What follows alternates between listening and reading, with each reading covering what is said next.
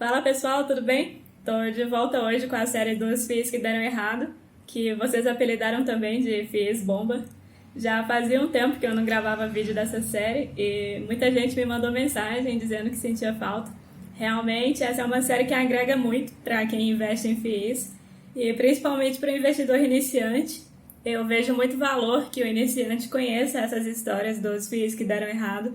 Essa é a diferença entre você deixar de ser um investidor inocente para começar a ter uma visão muito mais crítica do mercado.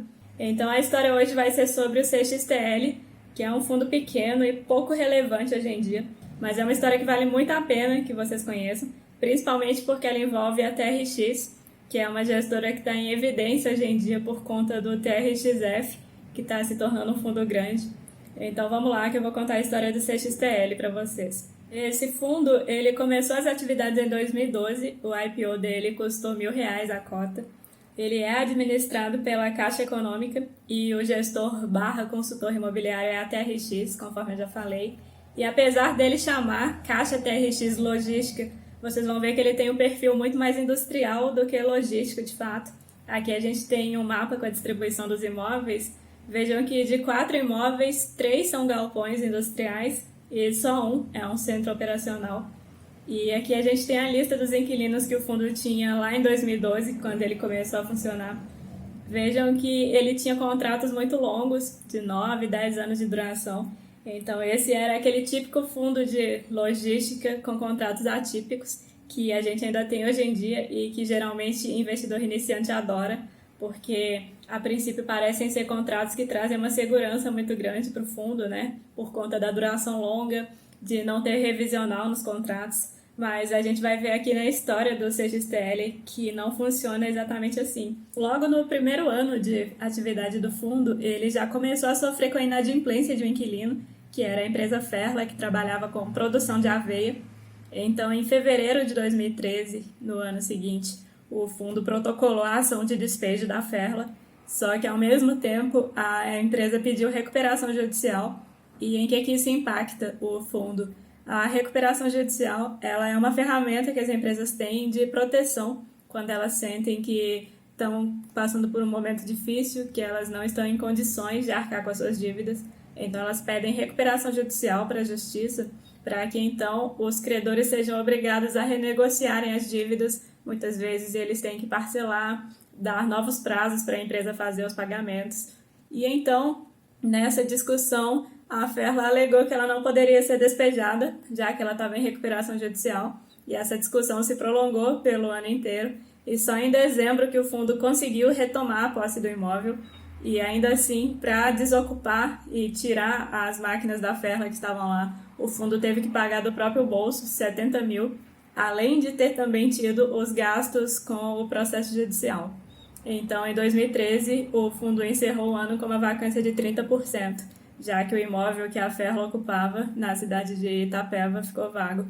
Em 2014, a Ferla, apesar de ter saído do imóvel despejada, de ter ficado devendo um monte de meses de aluguel, ela entrou com uma ação judicial contra o fundo, pedindo a reintegração de posse de silos e de um gerador que tinham ficado no imóvel e que ela alegava serem dela. E essa ação judicial aqui, ela é relevante. Lembrem-se dela porque agora no ano de 2020 ela vai ter uma repercussão para o fundo.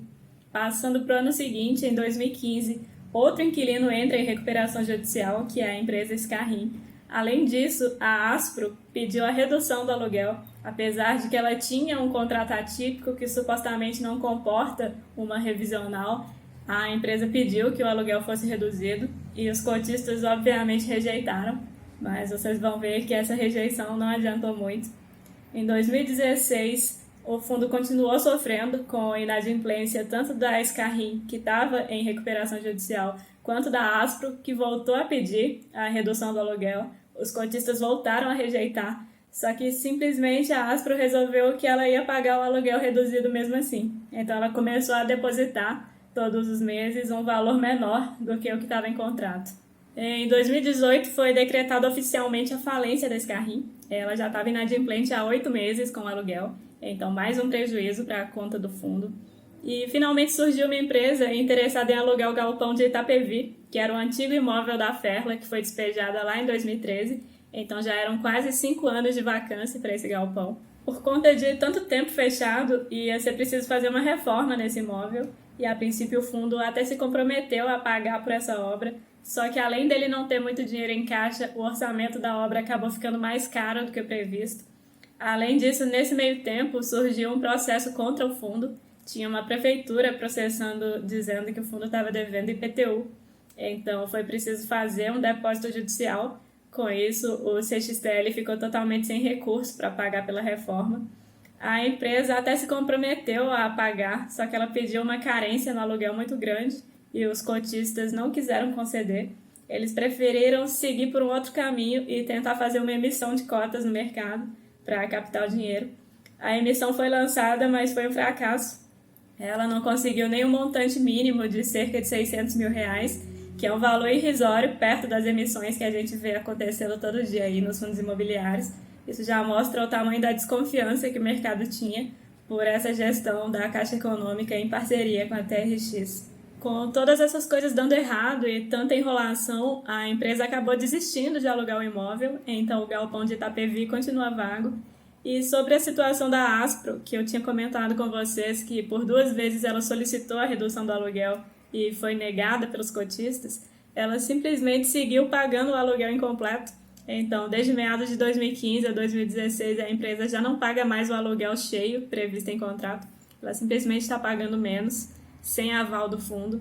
E agora, em 2020, a Aspro ainda resolveu processar o fundo, pedindo a rescisão contratual antecipada e solicitando ainda que ela não precise pagar a multa prevista em contrato. Com a provável saída da Aspro, o nível de vacância do fundo vai para 72%, que é um valor altíssimo e que dificilmente vai ser revertido no curto prazo, dado o histórico do fundo.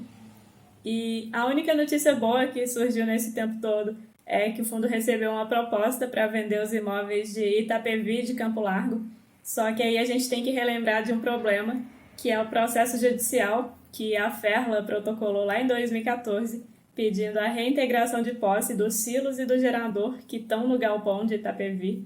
Com isso, dificilmente o fundo vai conseguir vender o imóvel antes de resolver esse processo judicial. Então, mais um problema aí nas costas da gestão. Essa, então, foi a história do CXTL, mais um fundo aí para a lista dos FIIs que deram errado.